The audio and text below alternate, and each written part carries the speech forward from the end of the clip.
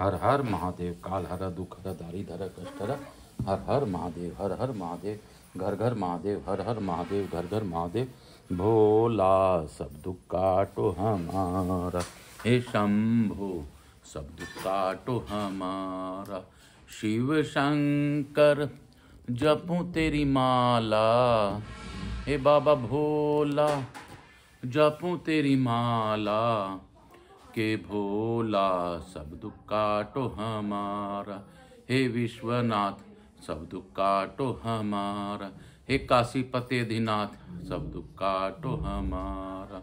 शिव शंकर जपूं तेरी माला, बाबा भोला जपूं तेरी माला। के भोला सब दुख काटो हमारा। हर हर महादेव। काल हर दुख हर दारी धर कष्ट हर। हर हर महादेव, हर हर महादेव। आज दिनांक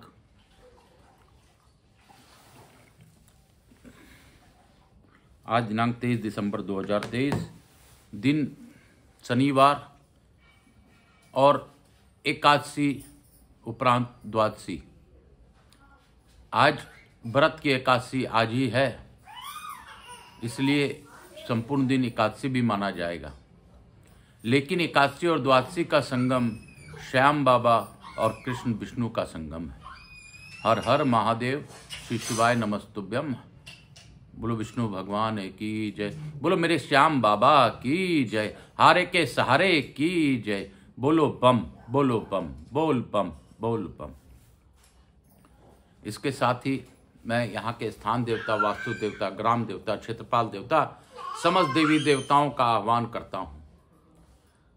प्रथम पूज्य देव गणेश जी महाराज को अनुरोध करता हूँ कि वे प्रथम पूज्यता स्वीकार करें और सभी देवी देवताओं का आने के लिए मार्ग दें और हमारी भाषा को नाथ भाषा में बदलकर उन तक हमारी बातें पहुँचाएं। मेरे भोलेनाथ की दया है कि मैं आप लोगों के समक्ष कथा लेके आ पा रहा हूँ। मैं अपने कुल देवी केशर सती माता को वंदन करते हुए, अपने सभी राजगढ़िया परिवार के बड़ों को नमन करते हुए, हमारे पूर्वजों को नमन करते हुए, हमारे गुरु चरणों में नमन करते हुए मैं अपने गुरु आचार्य संगीत कृष्ण जी महाराज सांवरिया बाबा से प्रणाम करता हूँ और उनसे इस कथा को आगे की ओर ले जाने के लिए आज्ञा लेता हूँ। प्रदीप मिश्रा जी के मार्गदर्शन के अनुसार यह कथा मैं आप लोग तक पहुंचा पा रहा हूं। इसके लिए मैं आप प्रदीप मिश्रा जी को भी धन्यवाद देता हूं। मैं अपने भोलेनाथ से, उमा माता से प्रार्थना करता हूं कि आप यहां विराजमान होकर आसन ग्रहण करें, गौर बिंदोरा के रूप में विराजित होकर इस कथा को आगे की ओर ले जाएं। मैं अपने विश्वनाथ जी से भी यह भी प्रार्थना करता हूं कि आप ही मुझसे कथा कर लें और जिस प्रकार आपकी उपेक्षा है वैसे सुन लें और सुना दें। हे महादेव, फिर से कोरोना मुंह पसार रहा है, इसको नष्ट कर दीजिए, सभी का कल्याण कीजिए, विश्व का कल्याण कीजिए महादेव। हर हर महादेव। काल हर दुख हर दारी धर कष्ट हर। गंगा गंगा शिव गंगा, गंगा स्नानम अहम करिष्ये, तत्पश्चात शिव महापुराण पढ़िष्येत्। हर हर गंगे, हर हर गंगे, गंगे गंगे हर हर गंगे, हर हर गंगे। गंगा गंगा गंगा इति गंगाये नमः। श्री शिव गंगाये नमः। शिव गंगा शिव गंगा शिव गंगा, शिव गंगा शिव गंगा शिव गंगा, शिव गंगा शिव गंगा शिव गंगा। हर हर गंगे, हर हर गंगे, हर हर गंगे, हर हर गंगे। गंगा गंगा गंगा हर हर गंगे, हर हर महादेव। बोलो बम, बोलो बम, बोलो बम, बोलो बम। हर हर महादेव शंकर शंभो, हर हर महादेव शंकर शंभो। बोल बम, बोलो बम। कल हम लोगों की कथा बीच में ही रुक गई थी किसी कारणवश। आज हम लोग कथा को आगे की ओर ले जाएंगे। कथा कल मोबाइल में कॉल आने के चलते मेरा रुक जाने के कारण मैंने कल वहीं पर विराम दिया था। तो कल हम लोग 26वें अध्याय से 27वें अध्याय की ओर बढ़े थे। इसी बीच कथा रुक गई थी। हम लोग कल के बात को ही कंटिन्यू करते हुए आगे की ओर ले जाएंगे। मुझ अभागे तथा दुर्बुद्धि का कुलोचित धर्म नष्ट हो गया।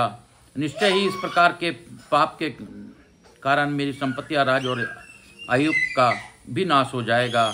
अपनी पत्नी पर जाने से शोक संतप्त इस ब्राह्मण को मैं आज अति प्रिय प्राणों को देकर शोक रहित करूंगा। इस प्रकार निश्रेष्ठ भद्रायु ने अपने मन में निश्चय कर उस ब्राह्मण के चरणों में गिरकर उसे संतावना देते हुए कहा। भद्रायु बोले, हे ब्राह्मण, हे महापराज्ञ, मुझे नष्ट तेज वाले क्षत्रिय धम पर कृपा करके अपने शोक का त्याग कीजिए। मैं आज आपका अभीष्ट कर पूरा करूंगा। यह राज्य, यह रानी और मेरा यह शरीर सब कुछ आपके अधीन है। इसके अतिरिक्त आप और क्या चाहते हैं? ब्राह्मण बोले, हे राजन, अंधे को दर्पण से क्या लाभ, भिक्षा से जीवन निर्वाह करने वाले को घर की क्या आवश्यकता, मूर्ख को पुस्तक से क्या लाभ और स्त्री विहीन पुरुष को धन से क्या प्रयोजन। इस समय मेरी स्त्री मर चुकी है और मैंने कभी काम सुख का भोग नहीं किया, अतः मैं आपकी इस पटरानी को चाहता हूँ, मुझे इसे दे दीजिए। भद्रायु बोले, ब्राह्मण, पूरे पृथ्वी में धन का और राज्य, हाथी, घोड़े तथा आप अपने शरीर का भी दाता तो हुआ जा सकता है, किंतु अपनी स्त्री का दान करने वाला तो कहीं नहीं होता। दूसरे के स्त्री के साथ समागम करने से भी जो पाप अर्जित किया जाता है, उसे सैकड़ों प्रायश्चित से भी दूर नहीं किया जा सकता। ब्राह्मण बोले, मुझे घोर ब्रह्म हत्या तथा मद पीने का महापाप ही क्यों न लगे, मैं उसे तपस्या से नष्ट कर दूंगा। फिर परम स्त्री गमन कितनी बड़ा पाप है। अतः आप मुझे अपनी यह स्त्री प्रदान कीजिए। मैं दूसरा कुछ नहीं चाहता, अन्यथा भयभीतों की रक्षा करने में असमर्थ होने के कारण आपकी निश्चय रूप से नरक की प्राप्ति होगी। नंदीश्वर बोले, ब्राह्मण की इस बात को भयभीत राजा विचार करने लगे कि भयभीत की रक्षा न कर सकना महान पाप है, उसकी अपेक्षा स्त्री दे देना ही श्रेष्ठकर है। अतः श्रेष्ठ ब्राह्मण को अपनी स्त्री प्रदान कर आप से मुक्त की शीघ्र अग्नि में प्रवेश कर जाऊंगा। ऐसा करने से मेरी कीर्ति भी बढ़ेगी। मन में ऐसा विचार कर राजा ने अग्नि प्रज्वलित करके उस ब्राह्मण को बुलाकर जल लेकर संकल्प के साथ अपनी पत्नी का दान कर दिया। उसके बाद स्वयं स्नान करके पवित्र हो देवेश्वरों को प्रणाम कर उस अग्नि को 3 बार प्रदक्षिणा करके समाहित चित्त हो उन्होंने शिव जी का ध्यान किया। तदंतर द्विजेश्वर ने साक्षात शिव रूप में प्रकट होकर अपने चरणों में मन लगाकर प्रज्वलित अग्नि में गिरने की उद्यत हुए उन राजा को रोक दिया। 5 मुख वाले, नितिन नेत्रों वाले, पिनाकी मस्तक पर चंद्रकला धारण करने वाले, लंबी एवं पीली पीली जटाओं युक्त मध्याकालीन करोड़ों सूर्यों की भांति तेज वाले, मृणाल के समान शुभ्र वर्ण वाले, गज चर्म धारण किए हुए, गंगा की तरंगों से सिंचित सिर प्रदेश वाले, कंठ में नागेंद्र हार रूप आभूषण धारण करने वाले, मुकुट कर धरनी बाजूबंद तथा कनकन धारण करने से उज्ज्वल प्रतीत होने वाले, त्रिशूल, खंडक, खड़वांग, कुठार, चर्म मृग, अभय मुद्रा तथा पिनाक नामक धनुष से युक्त 8 हाथों वाले बेल पर बैठे हुए और कंठ में 20 की कालिमा से सुशोभित उन शिव जी को राजा ने अपने सामने प्रकट हुआ देखा। तब आकाशमंडल से सिद्धि दिव्य पुष्प वृष्टि होने लगी, देवताओं की दुदुम्बियाँ बजने लगी और अप्सराएं नाचने तथा गाने लगी। ब्रह्मा, विष्णु, इंद्र आदि देवता, नारद आदि महर्षि तथा अन्य मुनिगण भी स्तुति करते हुए वहां पहुंचे। उस समय भक्ति से विनम्र हो जाने हाथ जोड़े हुए राजा के देखते ही देखते भक्ति को बढ़ाने वाले महान उत्सव होने लगा। भगवान सदाशिव के दर्शन मात्र से राजा का अंतकरण प्रसन्नता से खिल उठा। आश्रुपात से सारा शरीर आर्द्र हो गया, शरीर रोमांचित हो गया। तब वे हाथ जोड़े गदगद वाणी में शिव जी की स्तुति करने लगे। इसके बाद राजा के द्वारा स्तुति किए जाने पर पार्वती के साथ प्रसन्न हुए दयानिधि भगवान महेश्वर ने उनसे कहा, हे राजन, मैं आपकी भक्ति से अत्यंत प्रसन्न हो गया हूँ और आपके धर्म पालन से तो मैं और भी प्रसन्न हुआ हूँ। अब आप और आपके धर्म पालन से तो मैं और भी प्रसन्न हुआ हूँ। अब आप अपनी पत्नी सहित उस वर मांगिए, मैं उसे दूंगा, इसमें संशय नहीं है। मैं आपके भक्ति भाव की परीक्षा के लिए ही ब्राह्मण वेश धारण करके आया था, और व्याघ्र ने जिसे पकड़ लिया था वह साक्षात देवी पार्वती थी। तुम्हारी बाणों से आहत न होने वाला वे जो व्याघ्र था वह माया से बनाया गया था, और मैंने उसके धैर्य की परीक्षा के लिए ही आपकी स्त्री को मांगा था। नंदीश्वर बोले, प्रभु का यह वचन सुनकर उन्हें पुनः प्रणाम तथा उनकी स्तुति करके विनम्र होकर वे राजा भद्रायु स्वामी शिव से कहने लगे। भद्रायु बोले, हे नाथ, मेरा एक ही वर है जो आपके परमेश्वर ने सांसारिक ताप से संतृप्त मुझको प्रत्यक्ष दर्शन दिया है। हे नाथ, हे प्रभु, फिर भी यदि आप अपनी कृपा से वर देना ही चाहते हैं तो मैं वरदाताओं में श्रेष्ठ आपसे यही परम वर मांगता हूँ कि हे परमेश्वर, हे नाथ, माता के साथ मेरे पिता ब्रजबाहु तथा स्त्री के सहित मैं आपके चरणों का सदा सेवक बना रहूं। और हे महेशान, जो पद्माकर नामक यह वेश है तथा शनय नामक उसका पुत्र है, इन सब को सदा अपनी पार्श्ववर्ती बनाए। नंदीश्वर बोले, तदंतर उस राजा की कृति मालिनी नामक पत्नी भी आनंदित होकर अपनी भक्ति से शिव जी को प्रसन्न कर उत्तम वरदान मांगने लगी। रानी बोली, हे महादेव, मेरे पिता चंद्रांगद और मेरी माता सीमांतनी, इन दोनों के लिए प्रसन्नतापूर्वक आपके समीप निवास की याचना करती हूँ। नंदीश्वर बोले, भक्तवत्सल पार्वती पति प्रसन्न होकर उन दोनों में ऐसा ही हो, इस प्रकार कहकर उन्हें इच्छित वर देकर क्षण भर में अंतर ध्यान हो गए। भद्रायु भी प्रीतिपूर्वक शिव जी की कृपा प्राप्त कर अपनी पत्नी कृति मालिनी के साथ उन अनेक विषयों का भोग किया। इस प्रकार अव्यत पराक्रम वाले राजा 10,000 वर्ष प्रयत्न राज करके पुत्र को राजा का भार देकर शिव जी की समाधि में चले गए, और राज ऋषि चंद्रागद तथा उनकी रानी सीमांती भक्ति से शिव जी का पूजन कर शिवपद को प्राप्त हुए। हे प्रभु सनत कुमार, इस प्रकार मैंने आपसे शिव जी के श्रेष्ठ दुजेश्वर अवतार वर्णन किया, जिसमें राजा भद्रायु को परम सुख प्राप्त हुआ। पवित्र कीर्ति वाले दुजेश्वर संज्ञक शिव अवतार के इस परम पवित्र तथा अत्यंत अद्भुत चरित्र को पढ़ने तथा सुनने वाला शिव पद को प्राप्त होता है। जो एकाग्रचित होकर इसे प्रतिदिन सुनता अथवा सुनाता है वह अपने धर्म से विचलित नहीं होता है और परलोक में उत्तम गति प्राप्त करता है।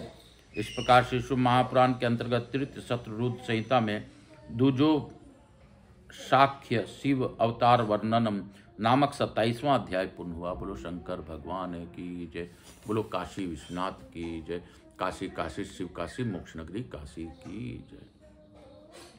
इसके साथ ही हम लोग आज 28वें अध्याय में प्रवेश करेंगे, और उससे पूर्व में आप सबों का वंदन करते हुए आपसे पुनः अनुरोध करता हूं कि धर्म के कार्य में आप लोग सहयोग कीजिए, अपने घर में कष्टों को दूर कीजिए, ज़्यादा से ज़्यादा इस शिव महापुराण के मूल कथा का श्रवण कीजिए, संभव हो तो घर में ऊंची आवाज़ में बजाएं, आपके घर में सभी प्रकार के कष्ट दूर होंगे। कोरोना नामक वायरस फिर से मुंह पसार रहा है, उसके रक्षण के लिए पुनः आप इस कथा को, मूल रूप का कथा को ज़्यादा से ज़्यादा साउंड में बजाइए। मैं पूर्ण विश्वास के साथ कहता हूँ कि आपके घर में कोई भी अनिष्ट शक्ति प्रवेश नहीं कर सकेगी। आप अगर ईश्वर प्रति कार्य करेंगे तभी ईश्वर आपका रक्षण करेगा। जिस प्रकार गेहूं के पिसने से, चक्की में जब डालने से सभी कण पिस जाते हैं, लेकिन कुछ कण ही शेष रह जाते हैं, वो कण बनने का हमें प्रयास करना है। वह कण कौन सा होता है? जो कील के पास होती है। कोई भी चक्की अगर आप देखेंगे तो उस चक्की, हाथ चक्की को भी देखेंगे तो कील के पास का कुछ दाना बच जाता है। उसी प्रकार जब आप मोटर वाली चक्की में भी पिसाने जाएंगे तो उसका जो साफ्ट लगा होता है, साफ्ट में कुछ दाने चिपक कर कुछ दाने बच जाते हैं। तो हमें उस प्रकार की साधना करने के लिए ज़्यादा से ज़्यादा इस शिव महापुराण की मूल कथा को हम लोग सुनना चाहिए, बच्चों को भी सुनाना चाहिए, परिवार को भी बताना चाहिए। और इस कथा को आगे की ओर ले जाने के लिए लोगों को ज़्यादा से ज़्यादा जोड़िए, अपने संबंधी हितैषी हित नातों को बताइए। इस कथा के बारे में बताकर उनको इस कथा के श्रवण की ओर ले जाइए। मैं आपसे यह भी विनती करता हूँ, आप ज़्यादा से ज़्यादा लाइक, कमेंट और सब्सक्राइब कीजिए। आकाश राजगरिया यूट्यूब चैनल को ज़्यादा से ज़्यादा आप लोग लाइक्स, कमेंट और सब्सक्राइब करेंगे तो मुझे भी मेरी गलतियाँ, मेरे भी कुछ भी बातें सुधारने का मौका मिलेगा। हर हर महादेव, काल हर दुख हर दारिद्र कष्ट हर, हर हर महादेव, हर हर महादेव। अथाष्टाविशो अध्याय। नंदीश्वर बोले, हे प्राज्ञ, हे मुने, अब मैं परमात्मा शिव के परम आनंद प्रद यतिनाथ नामक अवतार का वर्णन करूंगा, आप सुने। हे मुनीश्वर, पूर्व काल में आबुदाचल नामक पर्वत के समीप भील वंश में उत्पन्न आहुक नाम का एक भील रहता था। उसकी पत्नी का नाम आहुका था, जो अत्यंत पतिव्रता थी। वे दोनों प्रतिदिन भक्ति पूर्वक शिव जी की पूजा करते थे। वे दोनों महाशिव भक्त थे। हे मुने, किसी समय सदा शिव भक्त में तत्पर रहने वाले वह भील अपने तथा स्त्री के लिए आहार की व्यवस्था हेतु बहुत दूर चला गया। इसी बीच शिव जी सन्यासी का रूप धारण कर उसकी परीक्षा लेने के लिए सायंकाल उस भील के घर आए। उस समय वह गृहपति आहुक भी वहां आ गया और उस महाबुद्धिमान भील ने प्रेम पूर्वक उन यतीश्वर की पूजा की। उसके भाव की परीक्षा करने के लिए महालीला करते हुए सन्यासी रूपधारी उन शिव जी ने डरते हुए प्रेम पूर्वक दीन वचन कहा। यतीनाथ बोला, हे भील, तुम मुझे आज रहने के लिए स्थान दो। मैं प्रातःकाल होते ही मैं सर्वथा चला जाऊंगा, तुम्हारा सर्वदा कल्याण हो। भील बोला, हे स्वामिन, आपने सत्य कहा, किंतु मेरी बात सुनिए। मेरे स्थान तो बहुत थोड़ा है, फिर यहाँ आपका निवास किस प्रकार संभव है? नंदीश्वर बोले, हे सनत कुमार, उसके द्वारा इस प्रकार कहे जाने पर सन्यासी जाने का विचार करने लगा। तब तक भील ने विचार कर अपने स्वामी से कहा। भिलनी बोली, हे स्वामीन, गृहस्थ धर्म का विचार करके आप सन्यासी को स्थान दे दीजिए। अतिथि को निराश मत कीजिए, अन्यथा आपका धर्म का क्षय होगा। आप घर के भीतर सन्यासी के साथ निवास करें और मैं सभी बड़े अस्त्र शस्त्रों को बाहर रखकर वहीं रहूंगी। नंदीश्वर बोले, अपनी पत्नी इस भिलनी की धर्मयुक्त कल्याणकारी वचन को सुनकर वह भील अपने मन में विचार करने लगा। स्त्री को घर के बाहर रखकर मेरा घर में निवास करना उचित प्रतीत नहीं होता है। फिर इस यति का दूसरी जगह गमन भी अपने अधर्म का कारण होगा। गृहस्थ धर्म का आचरण करने वाले के लिए ये दोनों बातें सर्वथा उचित नहीं। अतः मैं होनार है वह हो, मैं घर के बाहर ही रहूँगा। इस प्रकार आग्रह कर उन दोनों के घर के भीतर रखकर अपने इस अस्त्रों को लेकर वह भील प्रसन्नता से घर के बाहर स्थित हो गया। रात्रि में उस भील ने क्रूर एवं हिंसक पशु सताने लगे। उसने भी अपनी रक्षा के लिए उस समय यथाशक्ति महान प्रयत्न किया। इस प्रकार अपने शक्ति के अनुसार यत्न करते रहने पर भी प्रारब्ध प्रेरित हिंसक पशुओं के बलपूर्वक उस बलवान भील को खा लिया। प्रातःकाल उठकर सन्यासी हिंसन जंतुओं से भक्षित उस वनेचर भील को देखकर बड़ा दुखी हुआ। सन्यासी को दुखी देखकर वह भिलनी भी बहुत दुखित हुई, किंतु धैर्य से उसने अपने दुख को दबाकर यह वचन कहने लगी। भिलनी बोली, हे यते, आप शोक क्यों कर रहे हैं? इनका कल्याण हो गया, वे धन्य हो गए, कृत हो गए, जो इस प्रकार उनकी मृत्यु हुई। हे यते, अब मैं भी इन्हीं के साथ अग्नि में भस्म होकर सती हो जाऊंगी। आप प्रेम पूर्वक चिता तैयार कराइए, क्योंकि यह स्त्रियों का धर्म सनातन धर्म है। उसकी यह बात सुनकर और इसी में उसका कल्याण समझकर उस सन्यासी ने तत्क्षण ही चिता तैयार कर दी और वह अपने धर्म के अनुसार उसी में प्रविष्ट होने के लिए उद्यत हुई। इसी अवसर पर साक्षात शिव जी के सामने प्रकट हो गए। धन्य हो, इस प्रकार से प्रेम पूर्वक प्रशंसा करते हुए शिव जी उस भिलनी से कहने लगे। हर बोले, हे अंधे, मैं तुम्हारे आचरण से प्रसन्न हूँ। तुम वर मांगो, मुझे तुम्हारे लिए कुछ भी अदेय नहीं है। मैं इस समय विशेष रूप से तुम्हारे वश में हूँ। नंदीश्वर बोले, शिव जी की परमानंदक परमानंददायक वचन को सुनकर वह विशेष रूप से सुखी हुई और उसको कुछ भी स्मरण नहीं रहा। उसका इस अवस्था को देखकर शिव जी बहुत प्रसन्न हुए। प्रभु शिव ने उनसे कहा कि वर मांगो। शिव जी बोले, यह मेरा रूप लाल वाला यति अगले जन्म में हंस होगा और तुम दोनों का पुनः संयोग कराएगा। यह भील निषद नगर के राजा वीरसेन का नल नामक महाप्रतापी पुत्र होगा, इसमें संशय नहीं है। और मैं, हे अंधे, तुम विदर्भ नगर में भीमराज की कन्या होकर परम गुणवती दमयंती नाम से विख्यात होगी। तुम दोनों ही बहुत काल प्रयत्न यथेष्ट राज्य सुख का भोग करके यज्ञेश्वरों के लिए दुर्लभ मुक्ति को निश्चय रूप से प्राप्त करोगी।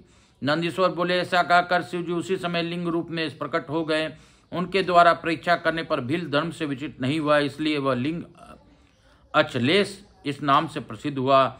हे तात, वह आहुक भील निषद नगर में वीरसेनक पुत्र नल नामक वाला महान राजा हुआ। उसकी पत्नी आहु का भीलनी विदर्भ नगर में राजा भीमसेन की पुत्री दमयंती नाम से प्रसिद्ध हुई। वे शिव अवतार यतीश्वर भी हंस रूप में अवतरित हुए, जिन्होंने दमयंती का विवाह नल के साथ करवाया। पुरुष समय में उनके द्वारा किए गए अतिथि के सत्कार रूप महापुण्य के कारण प्रभु शिव जी ने हंस रूप धारण कर इस जीवन में दोनों महान सुख प्रदान किया। अनेक प्रकार का वार्तालाप करने में निपुण हंस अवतार शिव जी ने दमयंती तथा नल को महान सुख प्रदान किया। पवित्र कीर्ति वाले यतीश्वर नामक तथा हंस नामक शिव अवतार का यह चरित्र अत्यंत पवित्र, परम उद्भूत तथा निश्चय ही मुक्ति विदायक है। जो यतीश तथा ब्रह्महंस नामक अवतार के शुभ चरित्र को सुनता है अथवा सुनाता है, वह परम गति को प्राप्त करता है। यह आख्यान निष्पाप सभी कामनाओं को पूर्ण करने वाला, स्वर्ग की प्राप्ति कराने वाला, यश तथा आयु प्रदान करने वाला, भक्ति को बढ़ाने वाला एवं उत्तम है। यतीश्वर तथा हंस रूप शिव का यह चरित्र सुनकर मनुष्य इस लोक में सभी सुखों को भोग कर अंत में शिवलोक को प्राप्त करता है। इति श्री शिव महापुराणे तृतीयायाम सतरुद्र संहितायाम यतिनाथ ब्रह्म हंसाय शिव अवतार चरित वर्णनम नाम 8वां अध्याय। इस प्रकार से शिव महापुराण अंतर्गत तृतीय सतरुद्र संहिता में यति नाम ब्रह्म हंस अवतार वर्णन नाम चरित वर्णन नामक 28वां अध्याय पूर्ण हुआ। बोलो शंकर भगवान की जय, बोलो काशी विश्वनाथ की जय, काशी काशी शिव काशी मोक्ष नगरी काशी की जय। हर हर महादेव। काल हर दुख हर दाढ़ी धर कष्ट हर हर हर महादेव। हम लोग अब लघु आरती करेंगे, उसके बाद इस कथा को यहीं पे विराम देंगे।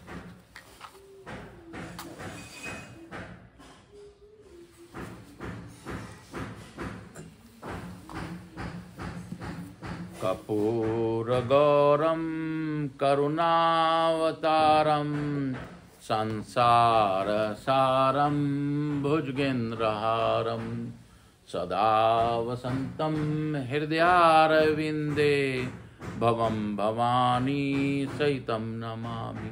राम श्री राम जय जय राम, प्रभु राम श्री राम जय जय राम, राम राम राम महादेव। हर हर महादेव महादेव महादेव महादेव महादेव महादेव।